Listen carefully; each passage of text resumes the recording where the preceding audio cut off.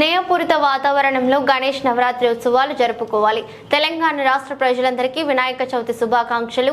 తెలంగాణ జయగౌడ సంక్షేమ సంఘం రాష్ట్ర వర్కింగ్ ప్రెసిడెంట్, సూర్యాపేట జిల్లా రియల్ ఎస్టేట్ వ్యాపార అసోసియేషన్ అధ్యక్షుడు పంతంగి వీరస్వామి గౌడ్ పండుగలు, సంస్కృతి సంప్రదాయాలను తెలియజేస్తాయి.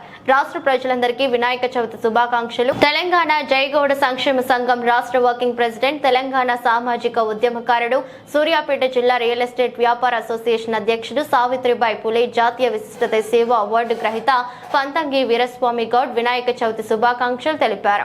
శుక్రవారం సూర్యాపేట జిల్లా కేంద్రంలో తన కార్యాలయం నుండి విలేకరులతో మాట్లాడారు. ఆయన మాట్లాడుతూ, సకల శాస్త్రాలకు అధిపతిగా, బుద్ధికి జ్ఞానానికి ఆధారయుడిగా, ఆటంకాలను తొలగించే విఘ్నేశ్వరుడిగా భక్తి శ్రద్ధలతో హిందువులు ఆరాధ్య దైవంగా ఆరాధిస్తారని ఆయన అన్నారు.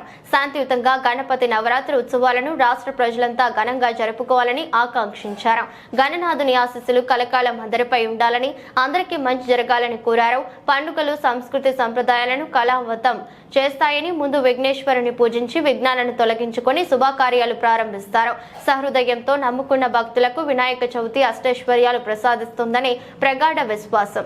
ఆధ్యాత్మిక భక్తి ఐక్యతను పెంపొందించి మానవ సంబంధాలను బలోపేతం, విజ్ఞానాలను తొలగించే విఘ్నేశ్వరుడు గణేష్ అని నవరాత్రి ఉత్సవాలు ప్రజలు జరుపుకుంటారు. 9 రోజుల పాటు జరిగే ఈ ఉత్సవాల్లో ప్రజలు ఎంతో భక్తి శ్రద్ధలతో గీతాలు ఆలపిస్తూ ప్రజలు నిర్వహిస్తారని అన్నారు.